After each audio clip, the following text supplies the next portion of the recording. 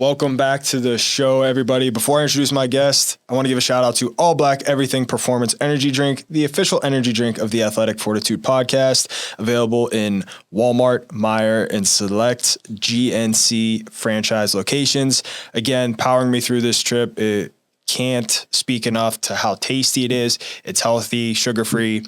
It is absolutely my go-to drink from now on. All Black Everything. Want to introduce my guest, Amari Gainer. He's a former Florida State and North Carolina linebacker, and he's currently a linebacker for the Las Vegas Raiders. How you doing, my friend? Doing great, man. Blessed. Yes, sir. I appreciate you coming on. You've got a lot of depth to you outside of athletics, which I love because so much of what I do and what I believe in is focused around identity and athletics. I know you're a bit of a gamer. I want to hear a little bit more about what got you into gaming, what types of games that you play, and kind of where you see that going in the future. Yeah, I mean, it's just the fact of just being able to have that camaraderie, just being able to connect with your teammates, be able to bond, outside of football. And I mean, everybody grows up, playing video games, playing with their people, just competing in anything we do. That's how I was brought up, me, my brother, my sister, just getting after it. And I mean, whether that's outside, playing football, whether that's playing baseball, whether that's softball, whether that's inside, playing video games, we're just competing. We're always competing. Me and how I started streaming, me and my teammates, my old roommates, Jared, Verse, and Trey Benson, we were just always used to play together, just have fun with it. And then it kind of grew to like, people probably want to see this. People probably want to see this happen. Can't do with Chin over with FaZe and all that. And we start getting set up. We start getting, start allotting time during our training for this big moment, training for the combine, training for pro day, getting ready. So we were like, what's some, healthy, clean fun that we can do, while we're training. And I mean, gaming was the perfect way to do it. And I mean, it was just great. You're able to play Madden, go over defenses, look at, different zones, click on different players, create yourself, put yourself in there. Everybody wants to do 99 overall. Give yourself that 99 overall, see your name on the back of NFL jersey. So, I mean, it was just cool to be able to, have that and be able to share that experience amongst my people and the people that support me. How long did it take you to actually get good at like gaming to the point where you were willing to start streaming it? I honestly still don't think I'm good, but I have fun with it. I mean, especially with Fortnite, my guys, they like to, clown me because I'm more strategic. Everybody has their different methods. That's another thing, you learn how to play with your, you can't just wander off, into the forest. You got to, wait for your teammates. You got to decide, is this the right tactical strategy? And then you got my boy Verse that's just going to go for it. And it's like, all right, let's go, Trey. We got to go back him up. We got to go get his reboot card. So, I mean, it's just, that like I said, the teamwork and just to be able to compete. And, I mean, my game, I play Madden, though. I take Madden really seriously because it's football. So, I mean, reading defenses, reading offenses, it's more than a game at that point because, I mean, we're not just clicking zones. We're playing, dime, nickel. You better know what you're putting in the game, and not just clicking on all Madden. So, it's just fun. It's just a fun thing to do. Have you always gamed, or is that something you picked up in college? Yeah, no, I remember, getting my first, the Xbox 360, had a GameCube, a Wii, playing Wii Sports, playing, Mario Kart on the GameCube, having Nintendo, like, just always, just something to do, something to, take my mind off of sports. Always been, playing two sports, either baseball and football. It was always some season, travel ball. It was always a season. So whenever I got the time to, just wind down and, just to enjoy myself, I would always, just game. So, yeah. Do you do anything else that takes your mind off of athletics, or is it simply gaming as your outlet to kind of rebuild your energy? Yeah, I mean, lately since I don't have a setup out here, I don't have my game out here, just honestly been diving into the playbook. I'll go to the pool, maybe sit by the pool and, read a little bit and just enjoy life and, enjoy peace, just sit there, just watch, see what's going on in the world. Turn on, CNN sometimes, WNBA games going on. You got UFL. So it's just, just a lot going on in the world just to be able to sit down and, enjoy it, kick my feet up and, Epsom salt bath and just, enjoy it. So, I mean, it's just been great being out here in Vegas. What's your mindset going into camp, being a priority free agent guy? It's a competitive environment, as you know. So how are you approaching it day to day? How are you keeping yourself mentally fresh and mentally ready to compete? Yeah, I mean, my mindset is the same. Whether I went free agent or if I would have gone first round, it's just to come in here and work. I mean, every day it's a new day to be able to put on the identity that you have for yourself and to just be myself and to, lead by example in the best way I know how to, and to encourage my teammates and, be that asset in the locker room, to be the guy that, that works. So, I mean, that's just been the thing for me, just to go out and compete every chance I get, to finish and show my personality and to be myself in everything I do, do it all with a smile. So, I mean, it's just been great, great time. Just be out here, make plays on such a great team with a great group of leaders. You said identity. How would you describe your identity and personality to people? Yeah, all right. So, I mean, my identity is through Christ. So, I mean, that's, the perfect role model. And, I mean, that's, if anyone asks who I wanted my identity to be like, I'd say like Christ, and to be that positive guy, that charismatic guy, that joyful guy, and the guy that knows how to turn the switch on and off. When he's on the field, he's a serious business guy and really intense. And then when he's off the field, he's a guy that you can come to and you can let him know about your problems, and he'll probably make a funny joke and, kind of get you off of it and, to get you back to yourself. So, I mean, just want to be that guy that be relied on and to be, loyal and faithful. So something you said there is being able to flip that switch. 100%. Because that's something I had to learn how to do, is how to, when you're on the field, you're a certain person. When you're off the field, you're a certain person. 100%. Is there anything you practically do where you actually are able to flip that switch from a mindset perspective? Is there anything you do physically that helps channel you into that person on the field? Or is it kind of just something that comes naturally to you? Yeah, honestly, it's a little bit of both. I mean, it definitely comes natural. I mean, that's how my nickname Amari Ferrari came about. It's just when I hit that field, it was all go, full speed everywhere, running to the ball. When I played running back, I was, running touchdown. So it's just that different mode, that different identity. And something I start doing for games, I don't much so do it for practice, just for my mental health. But Kobe Bryant used to do it. So he was play the Halloween theme song, and he just play it, and he'd play it over and over and over. And so you start getting to that mindset, like, all right, like, he doesn't, on Halloween, he doesn't celebrate his kills. Michael Myers, he just kills and goes to the next one with no emotion at all. So it kind of trains your mind to don't get too high on the highs, don't get too low on the lows. Keep that even keel, keep going after the goal, keep chasing it, and just keep going. So, I mean, that kind of puts me in that mindset to keep going. And also, like John Gordy said, just remember you're one. Just be one with the team, be one with everybody. It's not about you. It's, don't try to be separate. Don't try to do more than you're capable of doing, but just be yourself and be you and have a clear mind. I feel like that's the best way to go about it. If you're trying to think about different modes, it's probably going to mess you up. So just having that clear mind and just playing free and, like you said, playing like when you were a kid, just going out there having fun. Do you have any routines? Are you a routine-oriented person, or is it simply before the game you listen to your Halloween motto? But other than that, is there any other routines that you follow? No, I mean, there's routines, day-to-day routines. I mean, and some of it is, put together by team where it's mandatory, so it becomes part of your routine. And it's also stuff that, I do before, we have balls that sit like outside of like the hallways and stuff. So just punch the ball every time I see it. Seeing Max Crosby, leaders like that do it. So punching the ball, that's routine. Getting in the hot tub before practice, stretching out, that's a routine. Taking Epsom salt baths at night after practices, and then just being able to have that recovery routine just for my body. Talking to people like, Alex Guerrero that we have, just walking around the stadium and helping me out, helping us out on how to keep our body right, how, TB12 kept his body right for so many years. So just to keep those healthy routines and building healthy habits to be able to sustain throughout the years of playing in the NFL. Because, I mean, it's a marathon, it's not a sprint. So, I mean, you got to stay consistent and stay healthy and, let God work. So, yeah. What are some of the healthy habits that you've been able to pick up and learn? So one healthy habit was, putting little electrolyte packs in like pretty much anything I drink.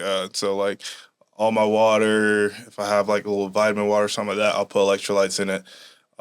Stretching, keeping my hips loose, keeping my hips open, being able to, make sure that I'm doing what I need to do in order to build success for practice. So we have, foam rollers and stuff like that you can do before practice. So just ensuring I do that, getting there early so I get taped before meetings. So just kind of little things and, working with nutritionists to make sure I'm building the right, nutrition plan throughout the day to help me sustain my weight and stuff like that. So, I mean, it's just, different things that you go through and, you tweak, you fix, you make sure everything's right. And, just being here, developing that routine, while I'm in Vegas, and then also having my routine while I'm at home to make sure that I'm, training, going back to my trainers, having my training paper from here back home, training at Florida State. So, and then having some home cooking at home. So, I mean, it's just, it's a daily routine, but the same thing, it's one goal, just chasing greatness. So, I mean, as long as you're doing that and everything that you do and everything that you think about and all the habits that you have, if that's on the back of your mind, I feel like that's the best way to be able to, okay, if this is going to take me away from my goal, I probably shouldn't be doing this right now, And I feel like that's the best way for me to sort what's a good habit and what's not a good habit. What enabled you to grow into this mindset? Because there's a lot of athletes who can't adopt this, right? Who can't have that discipline to say, if this isn't good for me, I probably shouldn't be doing it. Was it your upbringing? Did you have mentors? Was it the collegiate programs you played in? Could you give me a little bit of insight of how you've grown into, honestly, like a mature young man? Yeah, I mean, honestly, it's a little bit of everything you said. Like, I mean, without the people, in my life, I wouldn't be who I am today. And that's a testament to my family, my parents, my siblings, my grandma, and everybody that's helped me throughout my journey, my mentors, my learning specialists, my coaches, my trainers, and honestly myself too, like going through and, doing the work, finding the people that have important things to say and important knowledge, to give me and to go and find that and to hone into that and to be consistent with it. Because, I mean, that's kind of the main thing. Everybody is accessible to the same knowledge. I mean, everyone can go on YouTube. Everyone can go and, find what works for certain people that have done it. I mean, and what I tell, kids that I talk to a lot is whatever you want to do has been done before, like you're not going to be you're going to be special, in what you do, of course, but what you do, it's a blueprint for everything, for anything. So just to find that and to, build your own principles into it. And like I said, if you're doing it, like Christ, and I feel like, my relationship with Christ, it's the reason why, and that's the main thing. I mean, if you have that in your background and you're doing stuff for Christ, it makes it hard to, fall to temptation. I mean, not everyone's perfect, but at the same time, there's like I said, there's a blueprint for everything. As you've grown in your career, how has the people you've surrounded yourself with changed? Yeah, when I go, every year, I'm big, EQ guy, so I'll kind of evaluate people and just. I kind of know like the people around me, so I like to keep my circle pretty tight and to keep it positive. That's kind of the main thing, spreading positivity and to be with people that are positive, be with people that are like-minded. And if they're not, pull them closer, pull them in. Don't like I said, don't separate, but pull them in. Show them your way, show them the way. Show them the one truth. So that's been the main thing, to just hang with like-minded people and people that want to be great and want to strive for greatness. So that's the only thing. And just to be focused. Because you like everyone knows. You are what you hang with. So you tell me who you hang with, and I'll show you your future. So just to be with people that are like-minded and just want the best for themselves. How much do you lean on your circle when you're going through bits of adversity? And what is your mindset when you're faced with down periods of time, the ups and downs, when things aren't going your way? How much do you lean on them, and what is your approach to it? Yeah, I mean, fully. I mean, and that's like I said, that's why like I have to go through life with someone. Like, I have Jesus to fall back on, and whenever I doubt, he has the answers for everything. So I mean, that's been the main thing. Be able to call, talk to my parents. If I'm feeling a certain way, or if something's going on, just be having that open line of communication to just be able to talk vulnerably. Friends, just be able to, just say what's on my mind, I mean, unapologetically, and just to be yourself. You got to have people that you can just be yourself with, and you don't have to hide. You don't have to, put on a facade, but you can just, be yourself and be open and honest and get it off your chest. I mean, because like I said, like you got to be, everything you do, you got to do it with love. So, I mean, if you go and, you just talking, you're just talking, then it's just like, it becomes like telephone. It's just like so you got to have that tight group of people that you can trust, and you can, trust with your life, honestly, and that, they'll be there for you, and they'll protect you. So, I mean, that's the main thing, to, have that group of people, immediate people, and also, secondary people, and everyone that you touch and impact in your life, could have a positive effect on you. So just to be the light in anywhere you go, and to spread positivity, because they'll come right back to you. So, I mean, I feel like, it's never good to, just click up into, oh, I'm only talking to this, it's everybody. We're all together. So just to be together and just to have that positive impact on anybody I touch, it's really important to me. How you said you focus on emotional intelligence. Mm-hmm. How have you used that to be the light for others? Yeah, I feel like, just to be able to read people, and be able to, after sometimes seeing people, you kind of be able to read body languages, seeing how people are doing, ask how you're doing, give them a smile, say what's up, you have some people who just walk by, they start, ducking, have their head down, just say what's up, like, hey, how you doing, how's your day been, getting on the elevator with random people. You don't have to talk the whole elevator right before you get off. Have a great day. just little things, holding the door, just being, eye contact. So it's just like little things, like, little cues that you pick up on people. You kind of can read their body language, read their intentions, and, see what kind of day they're having. I mean, whether their mind's cloudy, whether it's clear, whether, one little thing can set them off like this. So, I mean, it's just, little things to be wary of, and just to be wary of that. Yeah, 100%. How do you define success in your life? Because obviously you have a number of different things going for you. You have athletics, you have the gaming side, you have work that you do in the community that we'll get into. You have your faith, you have your relationships. What is your picture of success look like? Yeah, I mean, I feel like Coach Norvell honestly explained it the best. Just keep climbing. I mean, you have that perfect, envision of what you want your life to be, what you want certain things to happen. This has happened this way. This has, but at the end of the day, you're still climbing. You're climbing for greatness. You're climbing for success. I mean, because, you're never going to reach it, I feel like. I mean, it's a goal that, just keeps moving up. It keeps moving up. You get, even I'll put in the perspective of like a followers. You get 1,000 followers. Oh, I want 2,000. Oh, I want 10K. Oh, I want 100 million. It's keep going. It just keeps going up. So, I mean, it's just, you get to that point where it's like, okay, like, so what? So, okay, if you have all the money in the world, then what? If you're the happiest person in the world, then what? Then you have to start spreading your seeds, planting seeds on Jesus' soil, and to be that light. So, okay, I see him growing. Okay, it's because I saw you do this. I saw how you interacted with me at this camp. That's what made me want to play football. Now I can inspire other people. So just to be that inspiration to, many different people, I feel like it, just how it makes the goal a lot bigger when it's bigger than yourself, Because, if you wake up and you just think, oh, like, oh, I'm doing this for the money. You're not going to last long. That's not sustainable. It's not a sustainable mindset to have, rather than it's bigger than me. I was blessed to be able to play this game, to be able to spread, inspiration to the youth. Then it becomes bigger than you. You know, I'm here to change my family's life. Okay, now it's bigger than you. Now your family's dependent on you. Now you have a bigger chip on your shoulder. Now you're really working. If it was just you, it's like, okay, if I stop right now, it's me. It's my life, you know.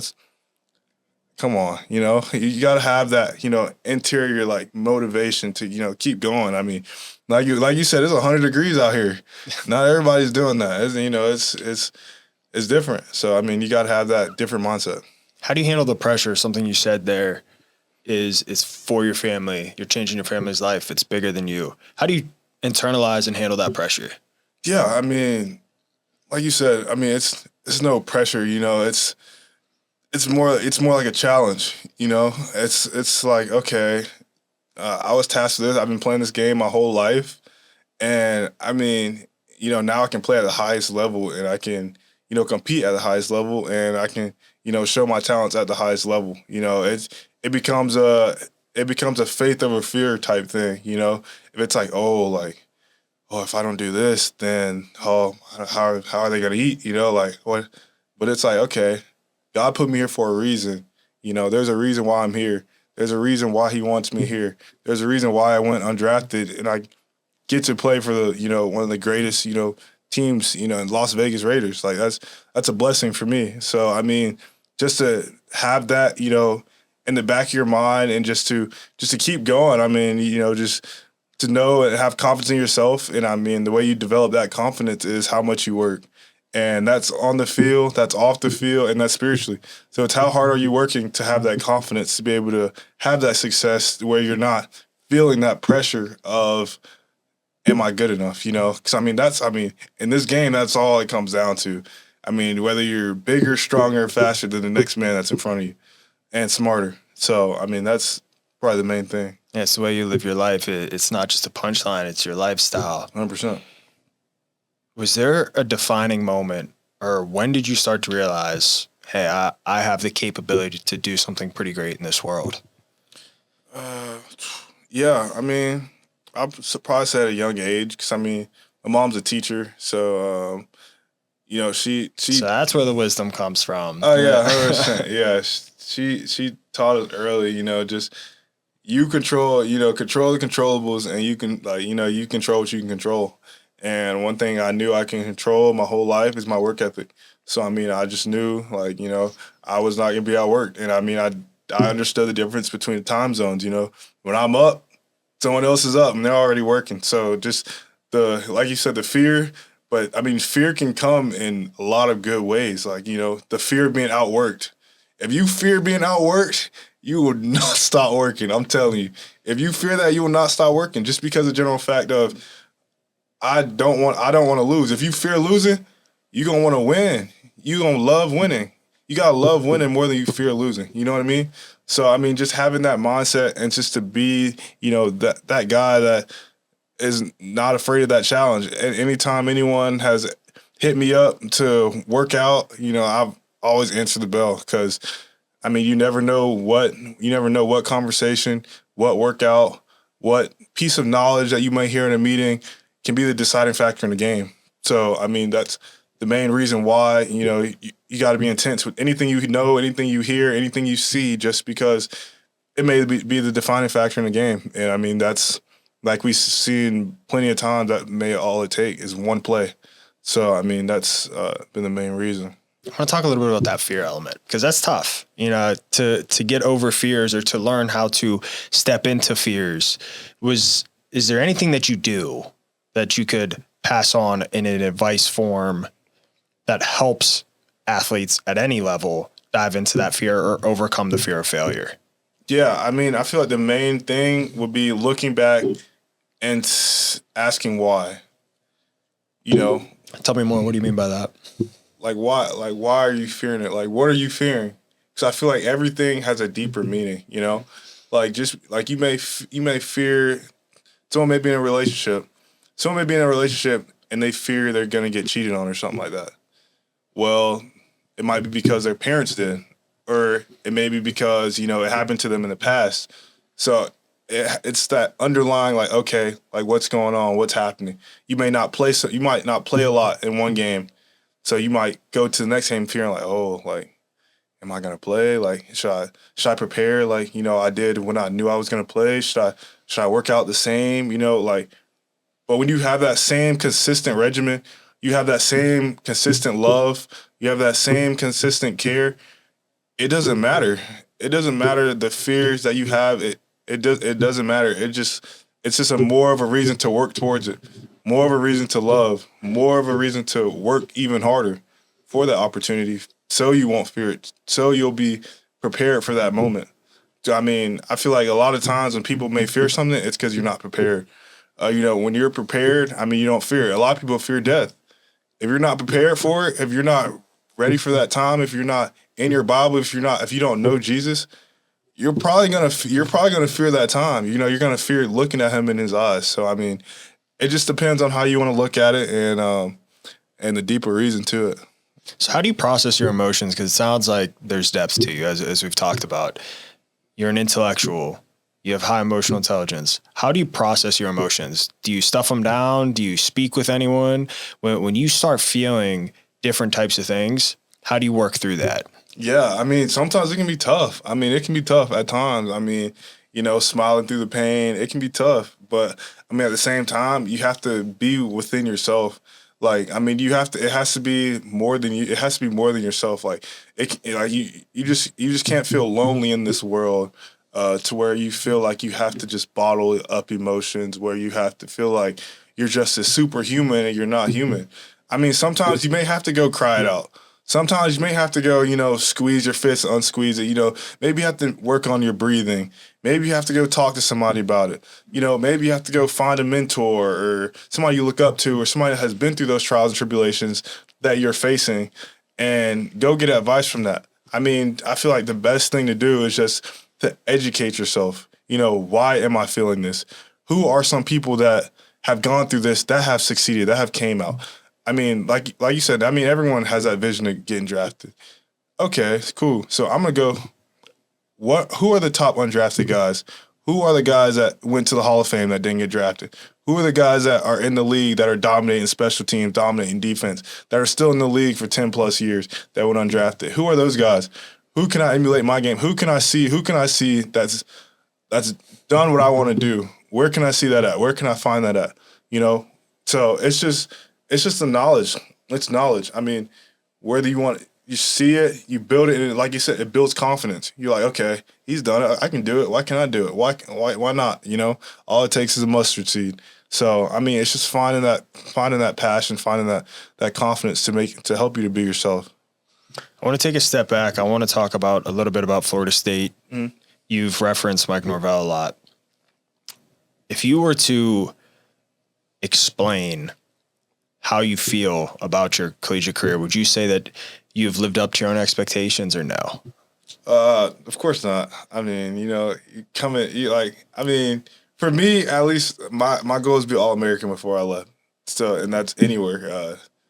Everywhere I was, I mean, that was my whole goal, But like I said, it switches. Like, everything changes, and you get put in certain situations for a reason, and you're like, okay, why me? And then you, like I said, you get that knowledge, you sit with it, and you see how God works, you see how magical He is. It's like, okay, He wanted me to explain to you how to overcome this.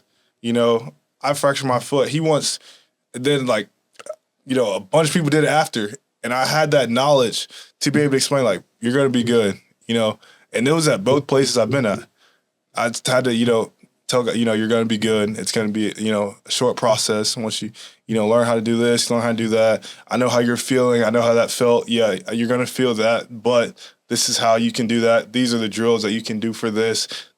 So, I mean, it was just cool to see for me. I mean, it wasn't cool at the moment because you're like, dang, I want to be out there. I want to be playing. Like, I want to be with the guys, winning, jumping around. But then, and then you look back, you're like, dang, if that didn't happen to me, I wouldn't be able to spread that wisdom to him. I wouldn't have been able to give him that hope from a guy that's experienced that. So, I mean, and then, like I said, you have to have, somebody that you're looking at in front of you, a guy on the side of you, and then you have people watching from behind you. So as long as you know that and you're able to, pick from those different branches, then, I mean, you're going to be, holistic within yourself. What made you decide it was time to leave Florida State and go to UNC? Like, what was it that forced that decision? Yeah, like I said, just my fractured my foot again, and then going through the season, not being able to play. We're having such a great year, and then just coming back, and then just wanting to rush the passer a little bit more. That was kind of the main thing. Sacks win championships. So I mean, just wanting to refine my pass rushing skills a little bit more. So it'll make me a holistic player. Was playing outside backer when I first got to Florida State. Moved a little bit inside, and now I'm playing inside again. Or I played outside at North Carolina. Now I'm playing inside again. So just to be able to be that full, package linebacker, be able to play inside and outside. I mean, it's honestly helped me refine my game to be able to do that and to be able to go into any position and feel comfortable with the scheme. Having more of a zone at North Carolina and more of a match at Florida State. So being able to have both of those knowledges of any type of defense. So, I mean, it just helped me along the way. And like I said, it was one of those things where you're like, did I make the right decision? And you're just looking back, you're like, yeah, I mean, just as far as player development wise and, being a full player and student of the game, it's just helped me, learn from a bunch of different good coaches throughout, the universities. I think transition is really hard for an athlete in 100%. a lot of different ways, whether you're transferring to the university, to whether you're going from, college to the pros, whether you're going from the Raiders, if you get cut, you get signed somewhere else, you get traded somewhere else. Transition is really hard. However, what are some of the signs to you that you may need a transition, that you may need to be like, I need to go somewhere else, or I need, when the sport comes to an end, like I need to go do this? Like, what signs do you look for where you might need a change of scenery, a change of something? Like I said, it's more kind of like a feel type thing. I mean, everything is about the feel. I mean, you want to go somewhere where you're celebrated, not tolerated. So, I mean, that's kind of the thing with that. And I mean, you'll know. I mean, and the thing is, like, what are your intentions? Do you want to play? Do you want to win? Do you want to win and play? Do you just want to win? Do you want to encourage? Do you want to encourage and play? So it's just, what do you want out of the different dynamic? What do you feel is best for you? Because, I mean, for me, the ultimate goal was to get here. I mean, however that looked, however that, it was to get to the NFL, and it was to play in the NFL and be a dynamic player in the NFL.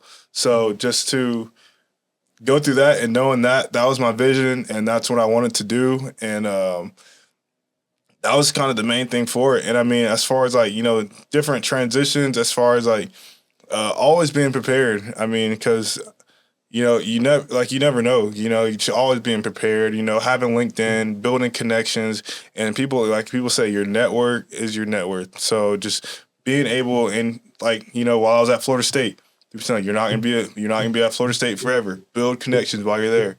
So built connections at Florida State, and I'm from Tallahassee, so that made it a little bit better too.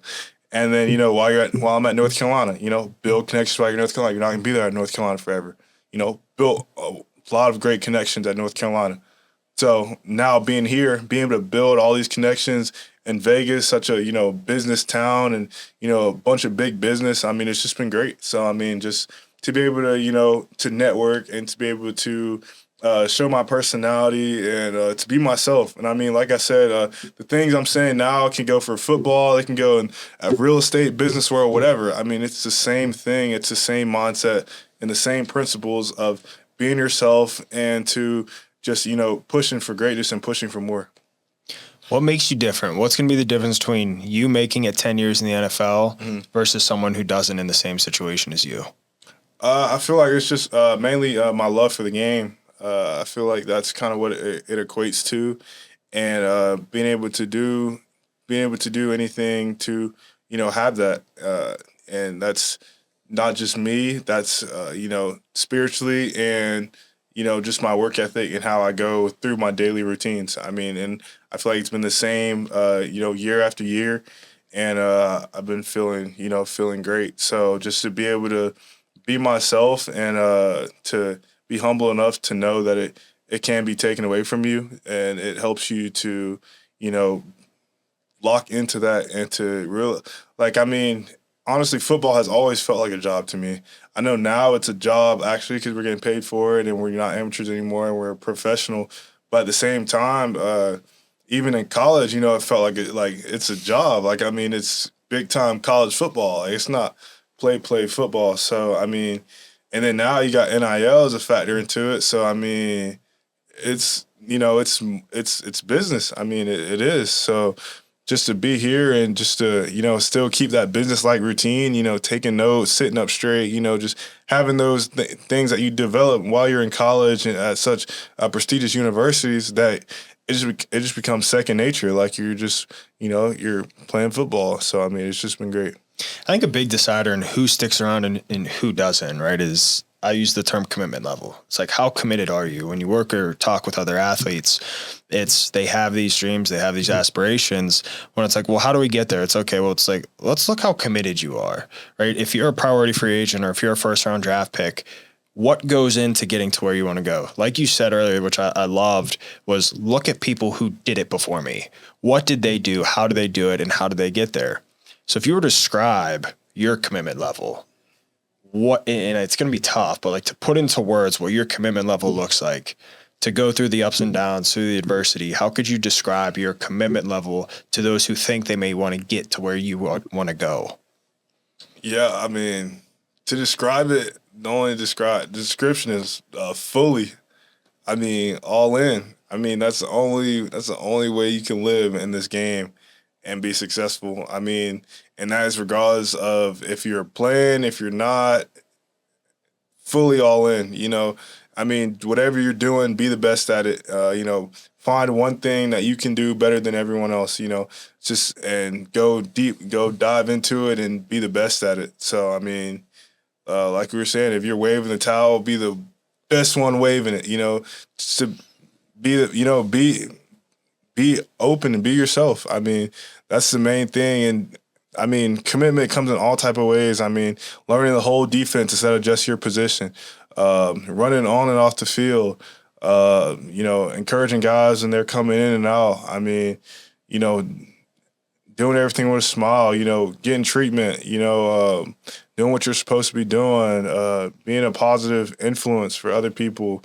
Because at the same time, when you feel like no one's watching, like everyone's probably watching, So, just to be, like people always say, like when you're a kid, and you just kind of walk past the signs, character is what you do when no one's watching.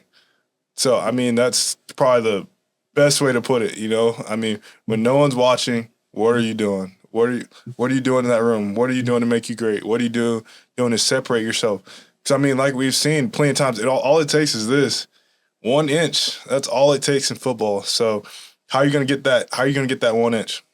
Something you said there, and I'm actually going to take it in a little bit different of a lens than what you meant, but you said when nobody's looking, everybody's looking. It just kind of made me think too about opinions of others, the pressures of social media, people tweeting at you, trying to tear you down. How do you handle the opinions of others? Honestly, it doesn't faze me.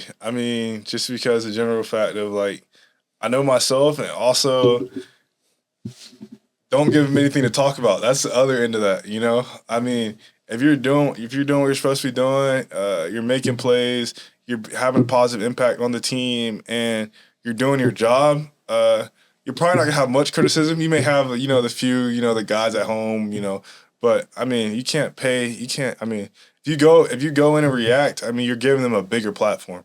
Because the majority of the time, no one will see it unless you say something to it. Then it's like, oh, look. So, it's just, control the controllables. You can't control that. Just, take it with a smile and keep on going. If it encourages you to go harder, then go harder. Sure, use that. Use it as fuel. But if not, if you can't take it, if you don't understand it, and if you get in your feelings about it, it makes you full, and you might want to delete social media because it's gonna happen and it's gonna be there, and you want to represent your family the best way you can. So you want to make sure that you're doing the work and putting in the work to where they only have good things to say about you. What are you most proud of your career up to this point? What am I most proud of? Honestly, just mainly the impact that I've made in the different communities that I've been in. That's probably the thing I'm most proud about. Just because everywhere I've gone, a lot of people just have nothing but great things to say, just because of how well I was able to serve my different communities, and I feel like that was the most important thing to me, is if I was able to leave a place better than I found it, and I was able to serve and give my full, my body, my time, my attention, my love, my passion for the game to each of those communities, then that means I've done my job, and it was just great to see, and yeah, that's probably the most thing. What is some of the work that you're doing in communities? Are there any programs you're affiliated with, or is it just things that you're doing on your own? Yeah, so my mom helped me start AG Game Changers, which is a foundation I have, which is pretty much bridging the gap for boys. 'Cause, a lot of guys or a lot of kids, like boys, feel like it's not cool to read. They think like, oh, like, you're a nerd if you read, or I'm scared. I mean, you're not doing anything but hindering yourself from knowledge. And so just to be able to, Florida State, we had a little thing at Kate Sullivan where we planted a little box, and people will put books in there, and they'll donate them to the school, and they'll read the books. They'll put them back in there. You'll have people just, distributing stuff like that. We had a little kickoff event. Me and a lot of my guys had a little fun little kickball game. I had them all out there playing with the kids and stuff like that.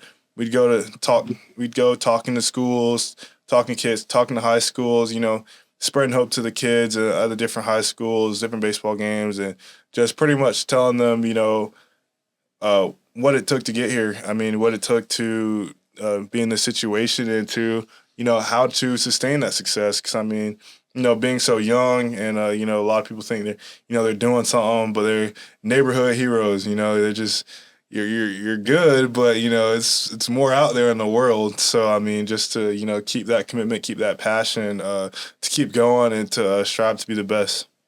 You talked about, the neighborhood hero. Yep.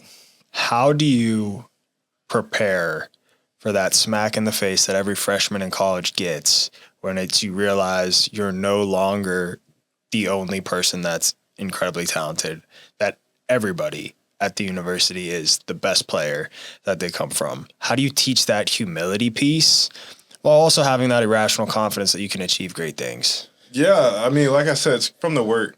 I mean, a lot of guys that you may look up to, a lot of guys that might be older than you, I mean, it's just because they've done it, so you've been able to see that.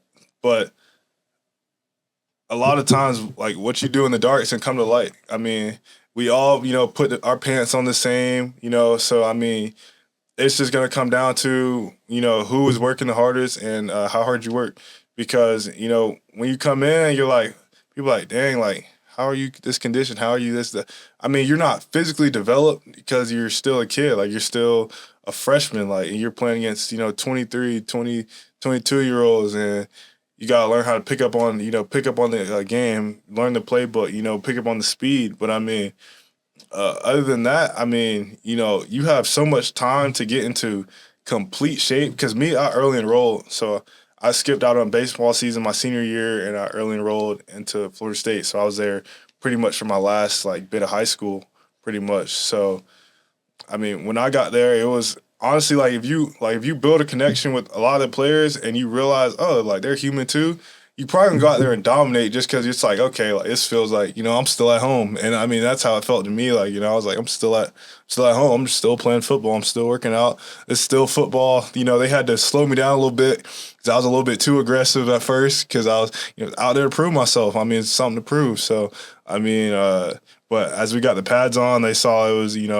I was for real. Like, I mean, it wasn't just a two-hand touch warrior. It was, okay, he's coming with the same physicality in practice, so they're going to respect you more. And, I mean, they respect you more for what you do on the field, rather than, oh, like, let me go out with the vets to, look cool. Like, oh, no, they respect the people that they're in their own lane, and they're working hard, and they see you working, and they see you competing, and you're still able to, smile, and have fun, and dance in the weight room, and to be one of the guys.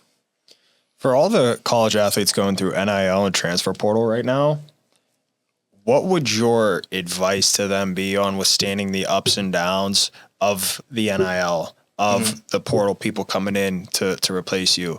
What would your advice be to them to continue through and have the fortitude to persevere? Yeah, I mean, definitely as, this NIL thing grows, I feel like it is going to be a lot harder just because, money talks. And, money talks loud. So, it depends on, like I said, your values and what you see fit. So if you want to, leave a dynasty or leave a good team that you're probably going to play next year because you think the grass is greener on the other side, then it's like, okay. And then when you leave and it's not, it's just gonna put you in that habit of, okay, when it gets hard, I'm just gonna leave. I'm just gonna keep jumping ship. And then it's not gonna be a good look because that's what you're gonna do the rest of your life. Whenever you face a little bit of adversity, you're gonna be thinking, oh, there is a way out.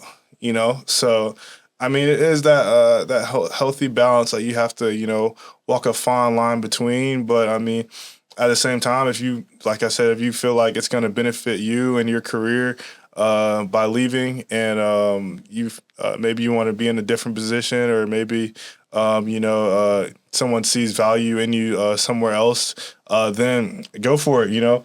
Just be prepared for it, and just be prepared to work and be yourself. Because nothing is given easy, and whatever is easy is not worth having. So just to be yourself, and to you got to continue to work. And if you're not working at the university you're at, you're not about to just have this miraculous change of attitude at the new place.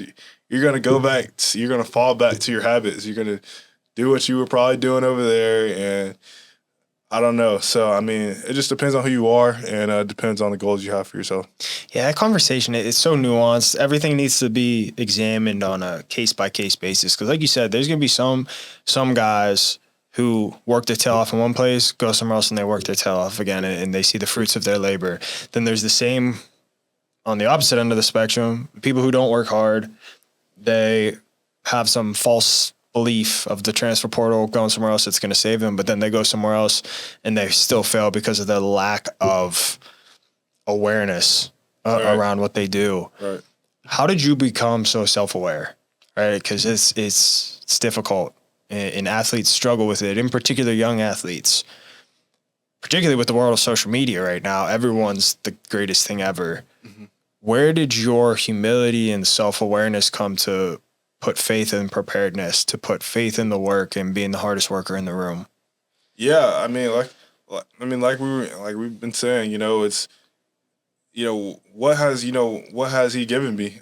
Jesus gave me, a great body and a lot of talent. So I just feel like, the promised land, it's promised, but you still have to go work for it. You still have to go get it. So, that's kind of been the main thing, to just, work for it, do everything in his strength, to that glorifies him. Because the better I am, the more success I have, the more I can give it back to him. So, that's kind of been the main thing for me, is to be able to do that and be able to, have that fortitude to keep going. And just because, you face a little bit of adversity and you may not be playing as much as you want to, but, just to keep going, keep encouraging your teammates, keep doing what you can when you get out there, make the most of it, whether it's one play, whether it's 50 plays, play that play like it's one. Play that play like it's the last one. And whether that's special teams, whether that's defense, it says tackle. It doesn't say tackle on special teams, tackle on defense. It says tackle. So, just to go out there and, fill the stat sheet up and do your best and, do it for his glory. So, that's the best thing, and not to be selfish. If you go in there, think it's all about you, it's all about how many catches you get, how many targets you get, how many, opportunities you may have. No one cares. You just got to keep working, that's the main thing, and it's sustainability. Who can last the longest? So that's the main thing. Yeah, I can't thank you enough for coming on, man. And you definitely have a fan in me, so I'll be excited to follow your journey and your career. Wish you nothing but the best of success. If people want to reach out to you, they want to find you, if you have anything to promote, please take the next however much time to say. Yeah, you can find me, Amari Ferrari, on anything, whether that's Twitch, YouTube, Instagram, Snapchat, X, whatever you want, I mean, just here to serve the best I can and to be that guy that you're able to depend on, giving out YouTube, showing out what I'm doing throughout my days, my workouts, different plans that you can build into your daily routines, daily habits. I like to, be able to spread what I have and spread it to, the people that support me. So I feel like that's the best thing for me, like I said, to be able to give joy, give hope, and to be one of the guys in the world that's able to spread knowledge to younger generation and anybody that wants to, do something great. Can't thank you enough, man. Really appreciate it. Listeners, thank you for listening. Like, rate, subscribe. Check us out at athleticfortitude.com. Tune in next week. Appreciate you, my friend. Tune in next week.